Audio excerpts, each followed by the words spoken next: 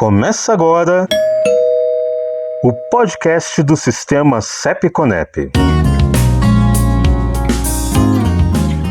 Com ciência e com respeito, conectando você à ética em pesquisa.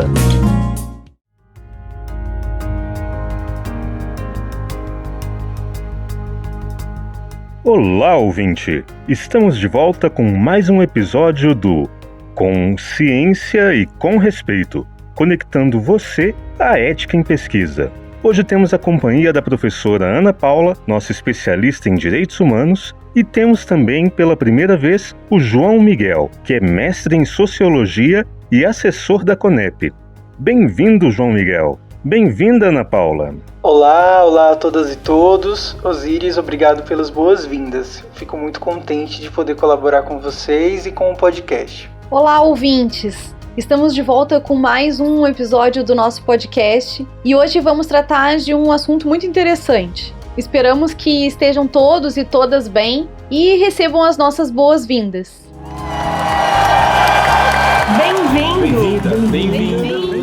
Bem-vinda, bem-vindo! Você que está nos ouvindo no computador ou no celular, seja muito bem-vindo, seja muito bem-vinda! E lembre-se, no final deste episódio, vamos divulgar nosso site para você conhecer todo o nosso conteúdo.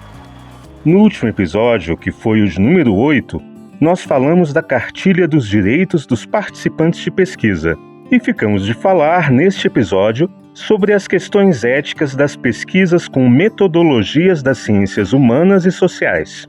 Porém, nesse meio tempo, vieram tantos pedidos para tratarmos aqui no podcast do papel do sistema CEP-CONEP durante a crise da Covid que realmente tivemos que atender. Então, neste episódio, o tema é o Sistema Brasileiro de Análises Éticas diante da pandemia. A ciência e as pesquisas científicas sempre nos trouxeram grandes maravilhas e soluções para nossos problemas, dos mais simples aos mais sérios. Seja na lâmpada que acendemos à noite ou na possibilidade de descobrir o sexo do bebê ainda na barriga da mãe, a ciência e as pesquisas científicas nos cercam de confortos e maravilhas. Então é mais do que natural que, quando a vida fica difícil, as pesquisas científicas estejam entre nossas principais esperanças. E foi exatamente isso que aconteceu quando a Covid foi declarada uma pandemia. Isso mesmo, Osíris. A Covid-19, que é a doença do novo coronavírus, se espalhou rapidamente no início de 2020, provocando internações e mortes pelo mundo todo. E essa situação de pandemia afetou e ainda afeta a vida de todo mundo. Como você disse, a ciência está entre as principais esperanças de cada pessoa. Todos esperam que as pesquisas científicas nos apontem quais são os melhores remédios, os melhores tratamentos para a Covid e principalmente quais as melhores formas de evitar a Covid, o que inclui as vacinas. Mas as pessoas também sabem que existem riscos no teste de novos tratamentos de saúde. Diante de um novo tratamento, é natural ficarmos preocupados com os efeitos colaterais e se o tratamento funciona de verdade ou não. Então todo mundo fica com os sentimentos divididos, misturados. De um lado, o desejo urgente por novidades que nos tirem da pandemia. Do outro, o receio e os riscos que a sociedade corre para que as novidades certas cheguem. É a mesma situação de quem está dirigindo uma ambulância para salvar a vida de alguém. O motorista ou a motorista sente a urgência, a pressa de chegar até o hospital. Mas a pessoa também sabe que não dá para fechar os olhos e dirigir para qualquer lugar, sem nunca pôr o pé no freio, senão coisas ainda piores vão acontecer. E nas emergências da sociedade é justamente a ética que vai funcionar como cuidado ao dirigir uma ambulância. Exatamente, João. Por isso é que são tão importantes os parâmetros, os requisitos que orientam a forma como inovações científicas devem ser realizadas. A legislação e os acordos internacionais de direitos humanos tiveram e têm um papel importantíssimo nesse sentido.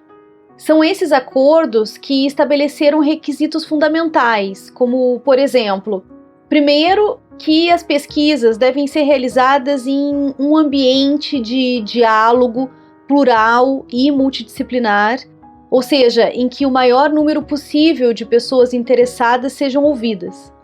Segundo, que o desenvolvimento científico e tecnológico deve ser acessível e compartilhado socialmente, de modo que seus benefícios também sejam aproveitados pelo maior número possível de pessoas. E terceiro, que devemos preservar não apenas os interesses das gerações de hoje, mas também os interesses das gerações do futuro, o que faz com que a conservação do meio ambiente e da biodiversidade seja fundamental. Além desses, os princípios éticos globais enfatizam com toda firmeza que o bem-estar das pessoas vem sempre antes dos interesses da ciência ou da sociedade. E Ana, o que exatamente isso quer dizer? Isso quer dizer que nenhuma pessoa será sacrificada ou prejudicada em nome do desenvolvimento científico. Não importa o quanto esse sacrifício beneficia a sociedade. E sempre é importante dizer que o Brasil, por meio de sua legislação e atos normativos, recepcionou todos esses princípios. Eles estão presentes especialmente nas resoluções 466 e 510, que estabelecem as bases para a atuação da CONEP. Esses são, sem sombra de dúvidas, parâmetros essenciais para que a ciência se realize de acordo com a garantia dos direitos humanos, que vão desde o respeito à liberdade individual até a defesa dos povos tradicionais, da cultura e do meio ambiente. Com base nesses princípios é que vem agindo a CONEP, a Anvisa e as outras organizações públicas responsáveis pelos projetos de pesquisa científica no Brasil.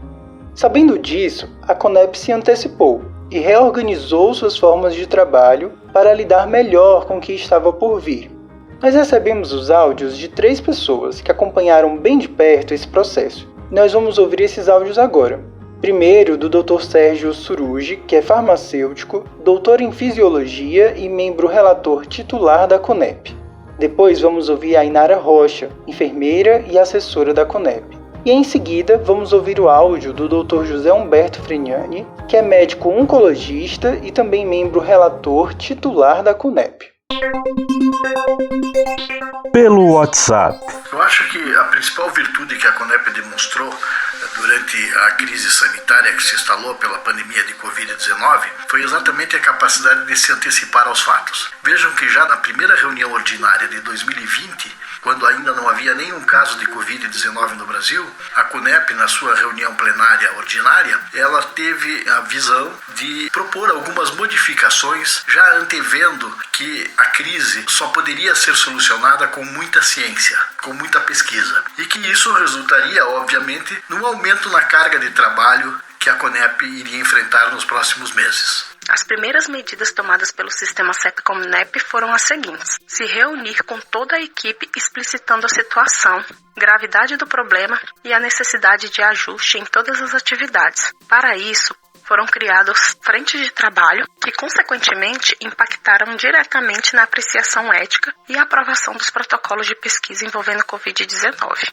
Os protocolos de pesquisa, nesse momento, tiveram um tempo de tramitação bem inferior ao tempo previsto em normativas, um tempo de urgência para que os pesquisadores pudessem desenvolver ou dar início no sentido de coleta de dados, recrutamentos e informações. A resposta da CONEP foi muito rápida em relação à pandemia. A estimativa é que haveria uma grande quantidade de protocolos de pesquisa na área da Covid, da pandemia. E assim aconteceu. Uma resposta muito grande da comunidade científica brasileira, inicialmente, no desenvolvimento de protocolos. E aí o grande desafio da CONEP era mudar todo o esquema de reuniões que aconteciam mensalmente em Brasília, no formato presencial, e o que a CONEP teve que rapidamente se adaptar implantando ferramentas de videoconferência que pudessem dar o apoio para os relatores e as câmaras que aconteceriam virtualmente. A CONEP se organizou, montou as câmaras virtuais na área de biomédicas e na área de ciências humanas e sociais para uma análise bem completa desses protocolos e com celeridade. Diversas câmaras funcionaram no começo da pandemia, de domingo a domingo, sem feriados, câmaras que aconteciam diariamente para poder dar vazão aos protocolos de pesquisa que estavam chegando na CONEP. E logo no começo da pandemia, a CONEP também definiu que todos os protocolos envolvendo a área de Covid seriam avaliados, então, pela CONEP, pela Comissão Nacional de Ética em Pesquisa. Claro, isso trouxe uma sobrecarga inicial para a comissão, mas permitiu uma celeridade todo o processo e uma avaliação mais homogênea desses projetos de pesquisa. Após a leitura e análise atenta de cada um dos protocolos, ocorrem as reuniões ordinárias, ou seja, as reuniões regulares, com data fixa para acontecer. Essas reuniões são os encontros mensais em que são realizadas as discussões e análises sobre cada um dos protocolos de pesquisa submetidos à apreciação do sistema CEP-CONEP. Costumavam, antes da pandemia, ser presenciais e reuniam relatores e relatoras provenientes de todas as regiões do Brasil, que ausentam-se de seus estados e instituições para se dedicarem a esse trabalho concentrado, para que se decida coletivamente se um protocolo está aprovado ou se deverá receber mais pendências ou mesmo se não deverá ser aprovado. É um trabalho de enorme responsabilidade, que conta com um apoio crucial dos relatores e relatoras que por cerca de 3 dias ausentam-se de seu trabalho e reúnem-se em Brasília para realizar essas atividades. Esse era o modo como parte da apreciação ética costumava acontecer. Por causa da pandemia e da necessidade de distanciamento social, surgiu a questão: como é que 3 dias de reuniões, no fim de cada mês, iriam dar conta da demanda de análises éticas? A sociedade iria sofrer os efeitos da Covid todos os dias. Não dava para esperar um mês inteiro para analisar se um estudo poderia ser feito ou não. E havia uma segunda questão: como trazer para a mesma mesa relatores espalhados por todo o Brasil, levando em conta que o vírus estava circulando, os voos cancelados e os aeroportos fechados. Nesse cenário, não seria mais possível fazer reuniões presenciais para analisar os projetos de pesquisa. A dinâmica, com certeza, precisaria ser mudada. Então é por isso que foram necessárias as ferramentas de reuniões pela internet, certo? Isso mesmo, Osiris. Foram as reuniões virtuais que tornaram possível a CONEP continuar trabalhando mesmo durante a pandemia e respeitando o distanciamento social. Mesmo com o vírus circulando, com voos cancelados, aeroportos fechados, os relatores e relatoras continuaram se reunindo, agora pela internet, e analisando a ética dos projetos de pesquisa com seres humanos no Brasil. Além disso, as reuniões virtuais tornaram possível que relatores se reunissem com mais frequência, quinzenalmente, semanalmente e até todos os dias. Tudo para agilizar os processos de análise ética e acelerar, mas da forma mais segura, a chegada das soluções para a Covid-19. Também é importante deixar bem claro que as reuniões virtuais trouxeram algumas necessidades. Por exemplo, todos os que fossem analisar os projetos de pesquisa precisariam ter equipamentos e conexão de internet bons o suficiente para participar das reuniões virtuais. Tanto os professores como os representantes de participantes de pesquisa, pessoas que moram em diferentes partes do país, com condições de acesso também diferentes. E, claro, para que as reuniões virtuais acontecessem, seria necessária uma plataforma de videoconferência com grande capacidade de participantes simultâneos, que permitisse que muitas dezenas de pessoas pudessem conversar ao mesmo tempo. Uma plataforma em que fosse possível fazer apresentações de áudio, imagens e vídeos em tempo real, que não ficasse caindo toda hora e também que protegesse a privacidade da reunião, que desse a certeza que só as pessoas certas estariam assistindo. Mas uma plataforma assim com certeza não seria gratuita. Então, nesse momento, uma plataforma foi contratada pelo Ministério da Saúde, o que já permitia que a CONEP realizasse suas reuniões virtuais. Por outro lado, não seria possível afirmar com certeza que todas as instituições mantenedoras do CEPS contratariam plataformas semelhantes a tempo. Então, foi esse mais um motivo para a centralização inicial das análises. E essa demanda, pelo visto, foi bem atendida, certo? A Inara Rocha, aliás, comentou que houve uma redução drástica no tempo de avaliação dos protocolos de pesquisa em relação ao tempo previsto nas normas da CONEP.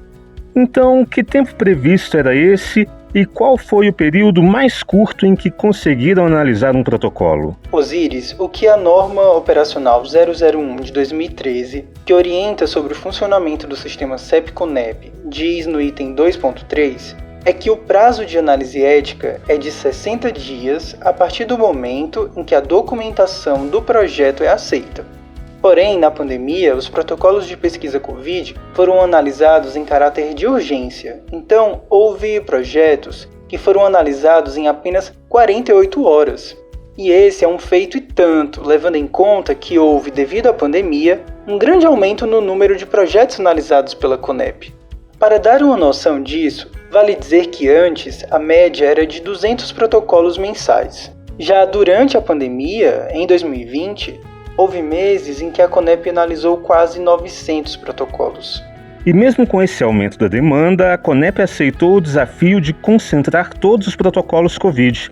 Isso é que é compromisso, hein? Pois é, foi um desafio imenso para a equipe da Comissão Nacional.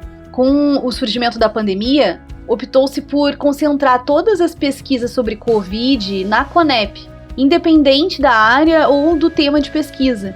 Porque em um primeiro momento, as medidas de isolamento ou distanciamento alteraram seriamente os fluxos de trabalho.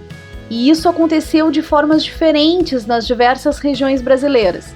A busca pela agilidade na tramitação e na uniformidade nas análises, de modo que houvesse a maior segurança possível nos resultados da apreciação ética, ampliou nossa confiança enquanto sociedade de que as pesquisas aprovadas respeitavam os direitos humanos e as liberdades individuais. O objetivo principal é sempre que as investigações científicas que estão nos levando a inúmeras inovações para lidar com a Covid não ampliassem ainda mais os riscos a que as pessoas já estão expostas em suas vidas. A decisão por concentrar todos os protocolos de pesquisa sobre Covid na CONEP foi temporária, de modo que agora, com a organização do trabalho remoto, os comitês de ética de todo o país também já estão recebendo e apreciando pesquisas sobre o tema, com competência e segurança. Por isso, no primeiro momento, a CONEP concentrou a análise dos protocolos vindos de todo o sistema CEP-CONEP. Já num segundo momento, na medida em que as ferramentas de reuniões virtuais se tornaram mais acessíveis para os CEPs, a CONEP descentralizou as análises, transferindo para os CEPs parâmetros de análise e a experiência que tinha acumulado durante a centralização. Sobre esse assunto, temos mensagens de voz da Hernanda Cortes, que é odontóloga hospitalar e foi uma das principais assessoras da CONEP a trabalhar na análise dos protocolos sobre a Covid. E logo depois, temos a mensagem de voz do Dr. Jorge Venâncio, coordenador-geral da CONEP. Vamos ouvir? Pelo WhatsApp. Então, naquela situação, a CONEP emitiu em 1º de fevereiro informes aos comitês, alertando sobre o novo fluxo de tramitação. Portanto, a partir daquele momento, todos os protocolos de pesquisa sobre a Covid-19 deveriam ser analisados para apreciação ética da CONEP, mesmo aqueles que não se enquadrassem em áreas de análise obrigatória conforme item 9.4 da Resolução 466. Então, os CEPs foram instruídos a encaminhar com a maior brevidade possível o protocolo para análise da CONEP e então teria uma tramitação diferenciada que a situação exigia. Soltamos uma primeira resolução no início de maio, fomos fazendo progressivamente uma descentralização dessa análise e, ao mesmo tempo, soltando normativas que ajudassem a transmitir a experiência que nós tínhamos acumulado na análise dos protocolos de Covid-19 dentro da CONEP. Depois, uma outra resolução descentralizando também os protocolos da área de Ciências Humanas e Sociais em junho e concluímos em novembro, remetendo praticamente a grande maioria das pesquisas para os comitês locais, isso nessa norma de novembro, e deixamos centralizados na CONEP apenas os protocolos de vacinas e os protocolos de pesquisas feitas pelo Ministério, pelas secretarias de saúde locais, né, estaduais e municipais. Então, só isso que está centralizado na CONEP, além, naturalmente, do que já está normalmente definido na Resolução 466, conjunto das pesquisas com uma margem característica de risco maior, que ficam centralizados na CONEP já tradicionalmente. Então, além disso, nós só acrescentamos atualmente as pesquisas com vacinas e as pesquisas dos órgãos oficiais. Levando em conta a necessidade de respeitar os critérios éticos, como, por exemplo, o sigilo das informações dos participantes, o registro do consentimento e o compromisso de assistência pela parte de pesquisadores e pesquisadoras, por exemplo, muitos poderiam pensar que a ética represaria o avanço da ciência. Mas foi justamente o contrário. Os esforços da CONEP agilizaram a análise dos projetos, ainda mais do que antes, o que fez com que uma quantidade imensa de pesquisas fosse analisada e aprovada. Para termos uma noção mais exata disso, a pandemia foi decretada em março de 2020. Naquele mês, 20 projetos já tinham sido aprovados. Já no mês seguinte, em abril, 178 projetos foram aprovados, resultado das mudanças no fluxo de tramitação definidas pela CONEP. Além disso, tornou-se mais comum a CONEP marcar audiências para solucionar as pendências dos projetos de pesquisa, muitas realizadas diretamente com pesquisadoras e pesquisadores, responsáveis por cada projeto. E detalhe, muitas dessas audiências eram marcadas para 24 horas após o anúncio das pendências dos projetos. Com essas medidas e o compromisso de todos, a CONEP tem conseguido conciliar a agilidade com qualidade das análises éticas nos projetos de pesquisa Covid. A seguir, vamos ouvir mensagens de 3 membros relatores da CONEP, comentando quais foram as principais preocupações da comissão nesse processo. Vamos ouvir primeiro o Dr. Jorge Venâncio, em seguida a doutora Suzana Miyahira, médica anestesiologista e membro relatora suplente da CONEP, e por último vamos ouvir o Dr. José Humberto. Pelo WhatsApp.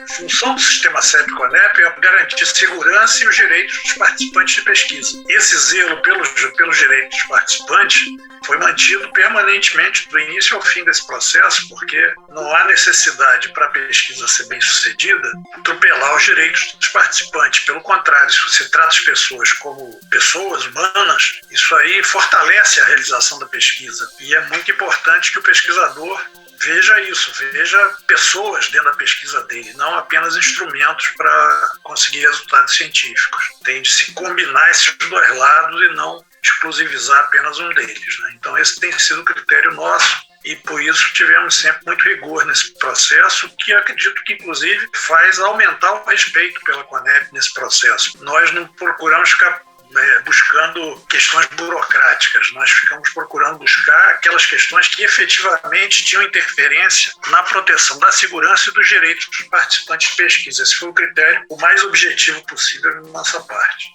A CONEP aprovou 94 protocolos de pesquisa no período entre o dia 17 de fevereiro de 2020 a 13 de abril de 2020. Como é que essas análises foram realizadas? Elas foram realizadas sempre em conformidade com a norma ética vigente e com a celeridade exigida pela situação. Principalmente tem sido elogiado a celeridade com que tem acontecido a análise ética desses protocolos. Então, nesse sentido, a CONEP tem sido bastante elogiada, sim. Ela vem sendo amplamente reconhecida pela comunidade científica como capaz de responder à sociedade com o tempo e principalmente mantendo a qualidade da análise ética tão necessárias à gravidade da situação que nós enfrentamos nesse momento. A despeito dessa quantidade enorme de protocolos que chegaram de iniciativa de investigadores brasileiros, uma quantidade significativa não apresentava requisitos mínimos para a condução de um ensaio clínico. Por exemplo, muitos protocolos não previam a constituição de um comitê independente de monitoramento de dados, que é um comitê que acompanha os resultados da pesquisa e sobretudo em relação à eficácia e segurança do produto em investigação. E é esse comitê que pode, por exemplo, pedir para um estudo ser interrompido por questões de segurança. Assim como esse aspecto, outros também faltavam nos protocolos. Alguns protocolos não foram aprovados porque realmente não reuniam as condições necessárias para a condução de um ensaio clínico. Alguns pesquisadores submeteram protocolos, ensaios clínicos complexos, sem nunca terem realizado o ensaio clínico. Isso também foi um ponto de muita atenção da CONEP, porque o ensaio clínico, obviamente, envolve procedimentos mais complexos, envolvem diretamente a segurança do participante de pesquisa. E se o pesquisador não tem experiência na condução de ensaios clínicos, isso pode colocar em risco os participantes. Então, apesar dessa intensa resposta da comunidade científica brasileira, alguns protocolos não foram aprovados, justamente pensando na segurança dos participantes de pesquisa. Ou seja, houve realmente uma seleção dos protocolos de pesquisa, correto? Com certeza, Osíris, mas olha, ainda tem muitas questões envolvidas nos desafios que o sistema CEP-CONEP enfrentou nessa pandemia. Questões que influenciaram até nos métodos de produção do conhecimento, especialmente com a ampliação das modalidades de investigação online e com a gestão de bancos de dados. Todas essas inovações demandam atenção especial da CONEP, no sentido de que os direitos dos participantes de pesquisa continuem sendo respeitados, mesmo diante de tantas mudanças. Além disso, é importante dizer que o Brasil continua sendo uma referência internacional na apreciação ética das pesquisas, especialmente pelo modo como faz isso de modo participativo, dialogado e representativo. Com certeza, a pandemia será um marco na história da ciência brasileira. E nossos aprendizados com esse contexto serão úteis e válidos para esse e novos desafios que a nossa sociedade, porventura, venha a enfrentar. E nos próximos episódios, com certeza nós vamos abordar todas essas e muitas outras questões. Enquanto isso, aproveite para conferir todo o nosso conteúdo, tanto os nossos episódios passados, quanto a cartilha dos direitos dos participantes de pesquisa. É só visitar nosso site na internet, que é bit.ly/ciência e respeito. Tudo junto, tudo minúsculo e sem acento. Repetindo, bit.ly/ciência e respeito. Tudo junto, tudo minúsculo e sem acento. Ana Paula, João, algum último recado neste episódio? Osíris, foi um prazer ter compartilhado mais um episódio contigo, com o nosso colega João Miguel, que é muito bem-vindo entre nós, e com todas e todas as ouvintes. Obrigada e até a próxima. Obrigado, Ana, obrigado, Osíris, por este encontro e um agradecimento especial aos nossos ouvintes. Esperamos vocês no próximo episódio. Então é isso. Muito obrigado a você que nos acompanhou até aqui. Te esperamos no nosso próximo episódio do Com Ciência e com Respeito, conectando você à ética em pesquisa. Grande abraço e até lá!